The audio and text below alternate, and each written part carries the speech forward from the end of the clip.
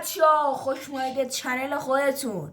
امروز قراره که ببینیم هر چیزی گرمش بهتره یا سردش. بریم آیتم رو ببینیم. خب آیتم اولمون پنیر گودا، ببینیم سردش بهتره یا گرمش. حال کنیم موارم رفتم ریدم توش، رفیقا میگن شبیه قارت شدی. سراغ سردش یعنی که پنیر سرد گوداه، پنیر عادی.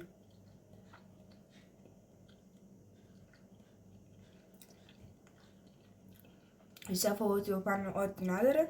نه راست میگی؟ عجب. گرمش البته رو چیز برگر و اینا مثلا فست فودایی که پنیر دارن تو خوردین دیگه، مثلا یه کوچولو احساس کنه بعد گرمش بهتر باشه. بریم گرمش رو تست کنیم. اینه به این صورت اینجوریش کردیم. حالا بریم روی گاز اینجوری باربیکیو بازمون نشه، اینجوری میکنیم. اینجوری باجی فکر کنم نه یه کوچولیه میخواد تا داغ‌تر شه. تا الان به نظر من که این داغم به نظرم میبره، چون که پنیر یخ اصلا من حال نمیکنم باش. بریم تا آب بشه. الان ما اینو به این شکل خیلی نرم شده. چندش ببینید دست بزنیم میره تو. ما الان اینو تستش کنیم ببینیم که حتما گرم عالیه. اینکه میذارید دهنت آب بشه. من به سردش میدم چند بدم 6 از 10، میدم 8 از 10. خدایی آب شدهش خیلی بهتره. بریم آیتم بعدی. آیتم بعدی چیزی نیست شیر. آقا بعضی ها مثلا با شیر سرد حال میکنن، بعضی هم با شیر گرم. من اونام که اصلا از شیر گرم خوشم نمیاد، ولی نمره از دیدگاه یک آدم مثلا که با جفتش اوکیه میدم. خب ما این شیر رو بریزیم توی لیوانس، اول سردش و بعدش هم گرم. من خودم ولی سردش رو بیشتر دوست دارم. هم شیر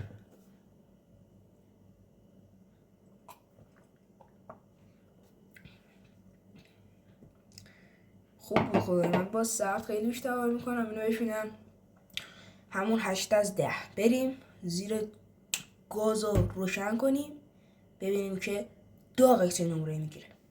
آقا هم گذاشتیم ما روی گاز به همین راحتی زیرش داره میجوشه. قول نیاده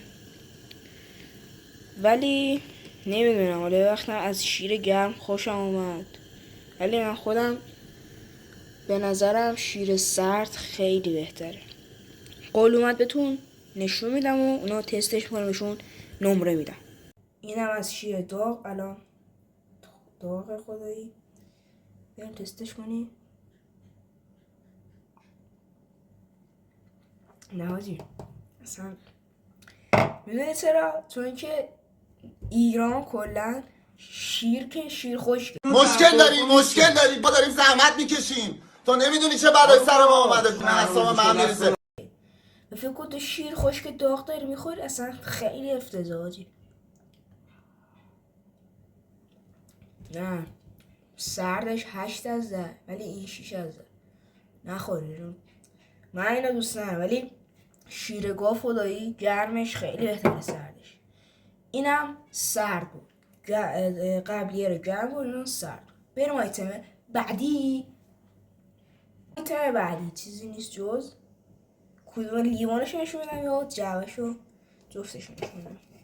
همین الان دکمه لایک و سابا بزن تا بهت نشون بدم و اصلا پشمات بریزه. خب لایک و خدایی زدی، سابا هم زدی،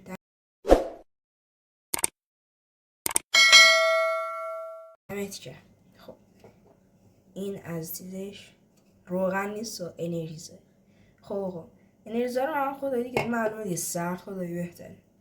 خب بریم بالا.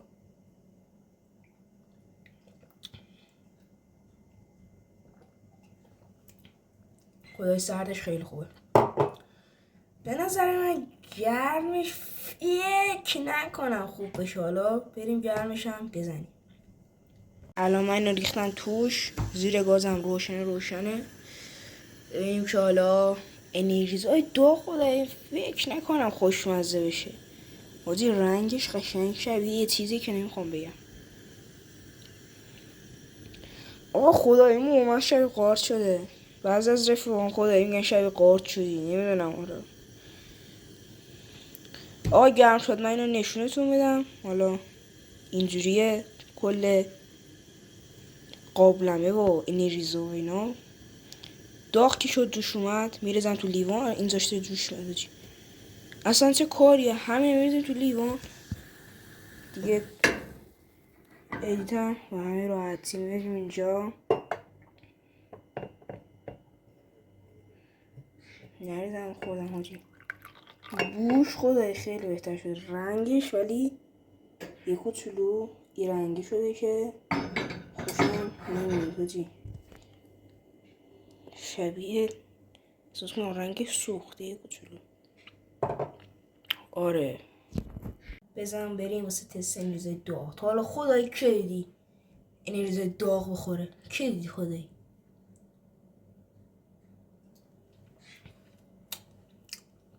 تمامه. واسه یه بار یه بخورم واسه توصیفش کنم. یمکن اینجوری که داغ بود بعد نبود.